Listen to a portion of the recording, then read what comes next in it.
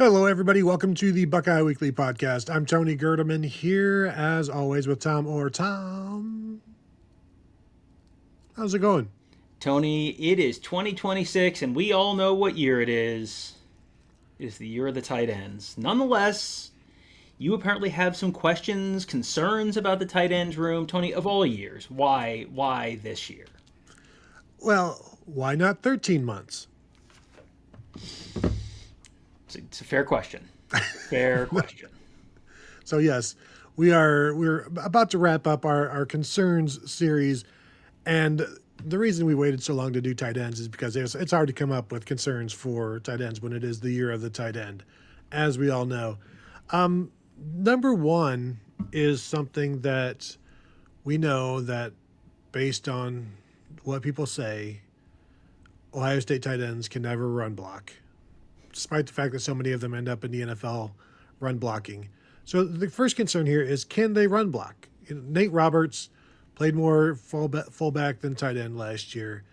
Hunter Welcing comes over from Northwestern. Mason Williams is from the MAC at Ohio. These are your top three guys, and will they be able to, whether it's one of them, two of them, we know there's going to be two on the field at times, can they handle the run blocking? They've got a very good offensive line right next to them. They can be the final piece that allows a big play that keeps a running back protected. How effective can they be? And is this is this too much of a step up for Mason Williams? Will it take him a year? Those sorts of things where it just I think that's a concern every year for the tight ends. It was a concern for Ricky Dudley, and he was a first round pick, so it's a concern for everybody.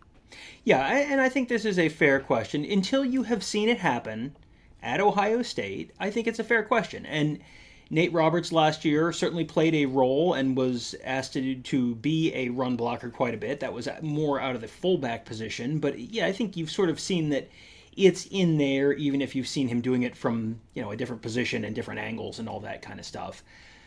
The other guys, yeah, I think it's a fair question as well. Where Hunter Welcing has played, I think this is his seventh season of college football, at least his sixth, but he hasn't played that regularly yet. And Mason Williams coming up from Ohio, the natural comp there is Will Kazmarek, who came up from Ohio a couple of years earlier and was known as kind of primarily a blocking tight end. And I think Mason Williams is going to be more of a blocking tight end than a receiving tight end for Ohio State.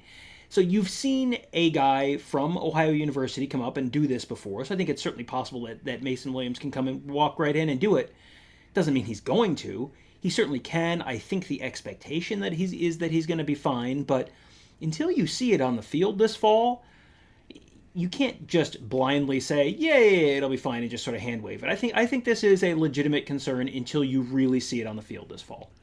Yeah, and I think along with that, how long does it take Keenan Bailey and Arthur Smith and Ryan Day to figure out and understand who their best guy is, who has the best feel, who is the most successful and consistent of the blockers, and then how best to utilize them in situations where you absolutely need a yard or you absolutely need this to happen. So, like those sorts of things, just understanding it and seeing some of the results and being able to apply them down the road. I think that also is a situation here in terms of, can they run block and how long does it take them to figure out who their best person is, and is the best person in camp, does he end up being the best person during the games, or is there a situation where sometimes maybe the lights are too bright or things are moving too fast and they've got to try some other things. So I think, yes, until we see it, it's a concern. Here's one that we've seen some plays here that would maybe say this isn't as much of a concern, but is there a legitimate receiving threat in this room? And last year in the spring, we saw Nate Roberts making some great catches and looking like he's got hands for days. And can there be somebody down the seam? Max Clare was able to make some of those plays. Will Kazmarek, frankly, was not, I don't think, utilized enough down the seam. But when he was, when he didn't get his hand broken after the fact, like he had some moments. But we also saw, Tom, we remember seeing Hunter Welcing against Michigan, where he had four catches for 81 yards. and he was effective when he played for Northwestern. This was a game last year. He was having good luck down the seam. So maybe there's that. And I think that Nate Roberts, and frankly, I think Mason Williams could be an effective receiver as well. I Watching them in the spring, he and Hunter Welcing mixing back and forth a little bit at the H back, fullback slash tight end slash flex type of position, and they both had, Mason Williams had 26 catches last year. Hunter Welcing had 28, but they're both like 10 or 11 yards a catch. Nate Roberts had 4 catches for 30 yards. Doesn't mean anything for this year, but is there somebody that can be somebody that more than just, picks up 7 yards on 3rd and 8, but can pick up 16 on 3rd and 4?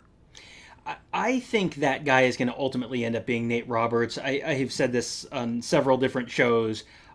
I think a lot of people last year looked at Nate Roberts in the sort of fullback position and groaned because that meant that they were taking a wide receiver off the field and putting him out there, and you wanted to see someone else out there. I think he's going to be a surprise fan favorite this year, and I think he's going to be able to sort of fill that role.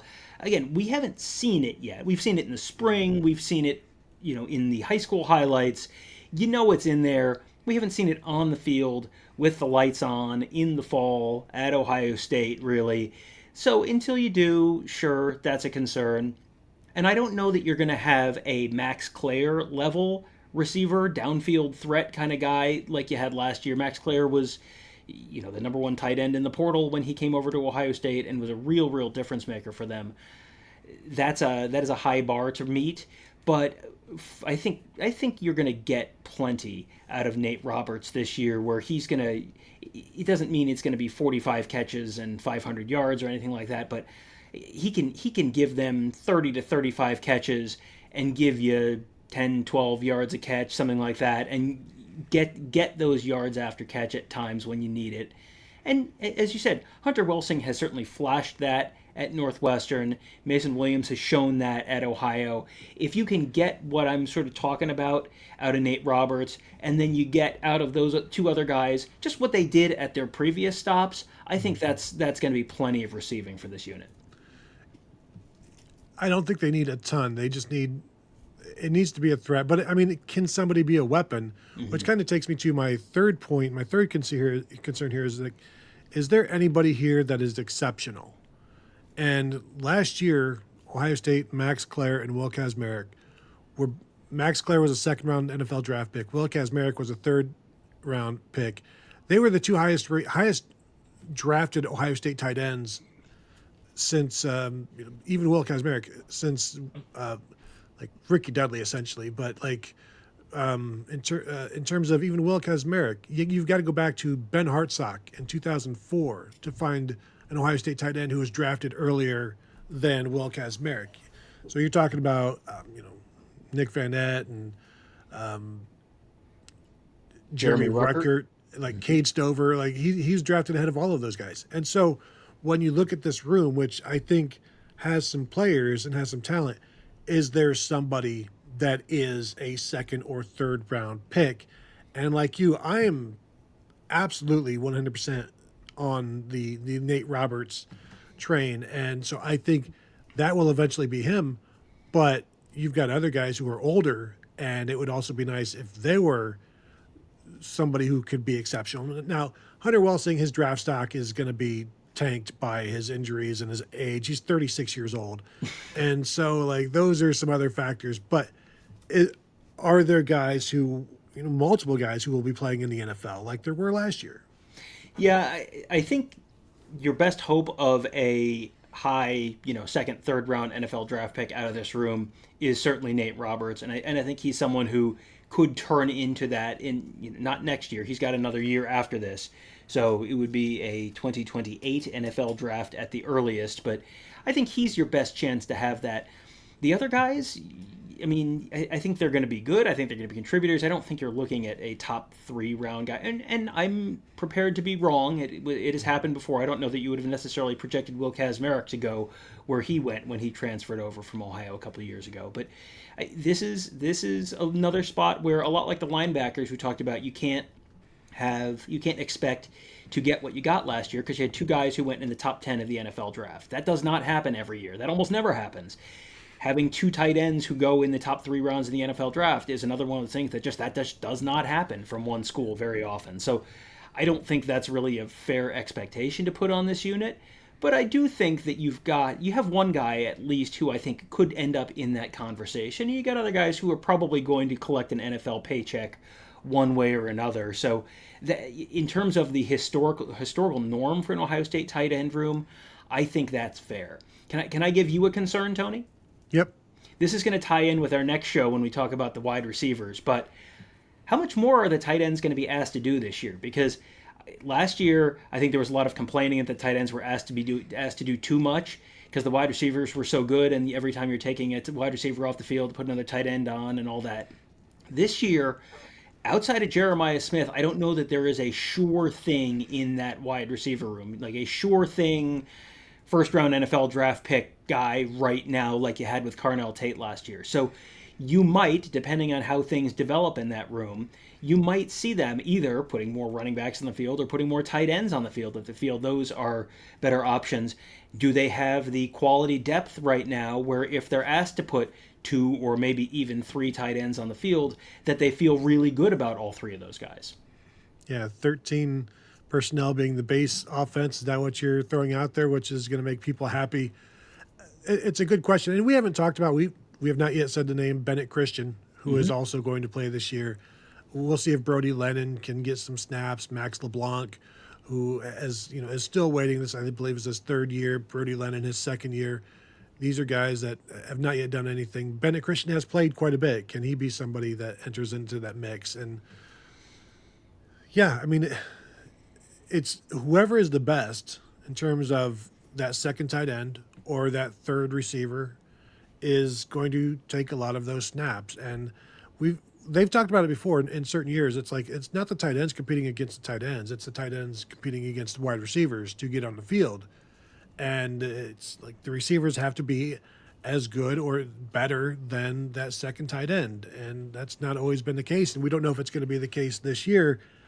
So we'll see. And there's going to be some learning and some ebbs and flows as they find all of that out. But do you guys have any concerns about the Ohio State tight ends? Or are you, like us, aware that this is the year of the tight end and that things will just work out? That's how the year of the tight end goes, man. It's breezy, So go ahead and throw your thoughts in YouTube. We'd appreciate that. Hit the thumbs up. Subscribe to the channel. Speaking of subscribing, come on over. See us over at BuckeyeInsiders.com. We've got a fantastic community growing by the day. Would love to add you guys there, and you can stop on by, see what it's all about. We've got talking football, talking basketball, talking recruiting, plenty of recruiting talk right now. Cordial, certainly some frustration. It's not all just, it's not just sunshine pumping or anything like that. It's just humane discussions about the world in terms of recruiting and football and basketball. So we would love to see you over there. Thank you all for tuning in, and we will talk to you all later.